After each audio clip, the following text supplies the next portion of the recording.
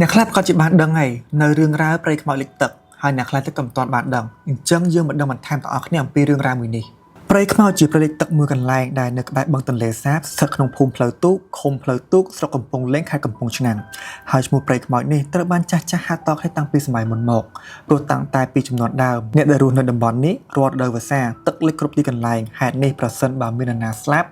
ត្រូវយកសាកសពទៅទុកចោលលើដើមឈើមួយក្នុងព្រៃខ្មោចនេះដោយក្នុងព្រៃខ្មោចមានដើមឈើដ៏ធំមួយដែលមានវ័យចំណាស់ជាងគេហើយខ្ពស់ជាងគេក្នុងចំណោមដើមឈើជាច្រើនក្នុងតំបន់ព្រៃខ្មោចដោយដើមនេះមានគល់ទំហំជាង2ម៉ែត្រមានកម្ពស់ប្រមាណជា20ម៉ែត្រនិងមានមែកសាខាជាច្រើនដែលអ្នកស្រុកតែងតែយកសាកសពមកចងទុកនៅលើមែកឈើមួយនេះជាប្រចាំឯរបៀបទុកសាកសពនៅលើដើមឈើមួយនេះគឺអ្នកខ្លះគេរុំខ្ចប់សពឲ្យបានត្រឹមត្រូវបន្ទាប់មកយកចងផ្អោបនឹងដើមឈើ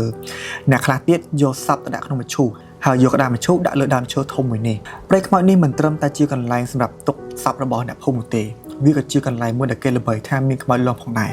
ហើយក៏មិនសូវមាននរណាហ៊ានជិះទូកឆ្លងកាត់កន្លែងមួយនោះឡើយដោយអ្នកភូមិតែងតែនិយាយថារាល់ដែលពួកគេជិះកាណូតឆ្លងកាត់តំបន់ព្រៃខ្មោចនោះពួកគេតែងតែឃើញកាណូតជិះឆ្លងកាត់មុខពួកគេជានិច្ចប៉ុន្តែនៅពួកគេឈប់កាណូតភ្លាមបែរជារកកាណូតដែលជិះឆ្លងកាត់ពួកគេមិនឃើញសូម្បីតែសមោហើយពេលខ្លះនៅពេលដែលពួកគេជិះកាណូតកាត់តំបន់ព្រៃនោះក៏ឃើញមនុស្សបានធ្វើការហែទឹកកាត់កាណូតរបស់ពួកគេ